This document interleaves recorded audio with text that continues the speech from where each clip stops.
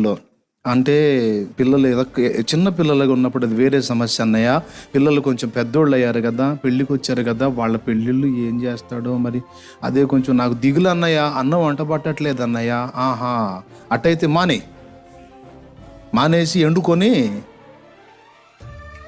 పెందలాడిపో అనాలనిపించింది నాకు. మరి అనకూడదు కదా, అందుకని అనలే. దేవునికి స్తోత్రం, హల్లెలూయా. పిచ్చి ముఖమా, నిన్ను పుట్టించినవాడు, నీకు ఆ పిల్లల్ని పుట్టించినవాడు నీ సంగతి ఆలోచించి పెట్టాడు, నీ పిల్లల సంగతి కూడా రెడీ చేసి పెట్టాడు. ఆ టైం వచ్చిందాకా ఆగిద్దంతే.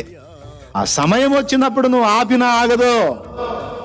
గుర్తుపెట్టుకో, ఏదైనా సరే అన్నీ ముందే సిద్ధపరచబడి ఉన్నాయి. సందేహించొద్దు. రేపటికి ఏం జరిగిద్దో, రేపు పరిస్థితి ఏందో అని రేపటిని గురించి వికృతంగా ఊహించుకొని ఈరోజు దేవుడు నీకు ఇచ్చే ఆనందాన్ని పాడు చేసుకోవద్దు. గందరగోళం అయిపోయినా సరే నీ జీవితం విశ్వాస నేత్రాలతో చూడు. శూన్యంలాగున్న నీ జీవితాన్ని సుందర సృష్టిగా నా దేవుడు చేయబోతున్నాడు. ఎండమావి ఎడారిలాగా మారిపోయిన నీ జీవితాన్ని నువ్వు చూసుకుంటున్నావు. నా బ్రతుకిలాగా అయిపోయింది, ఇది బాగుపడిద్దా అనే వేదన నిన్ను ఆవరించినట్లయితే విశ్వాస నేత్రాలతో చూడు.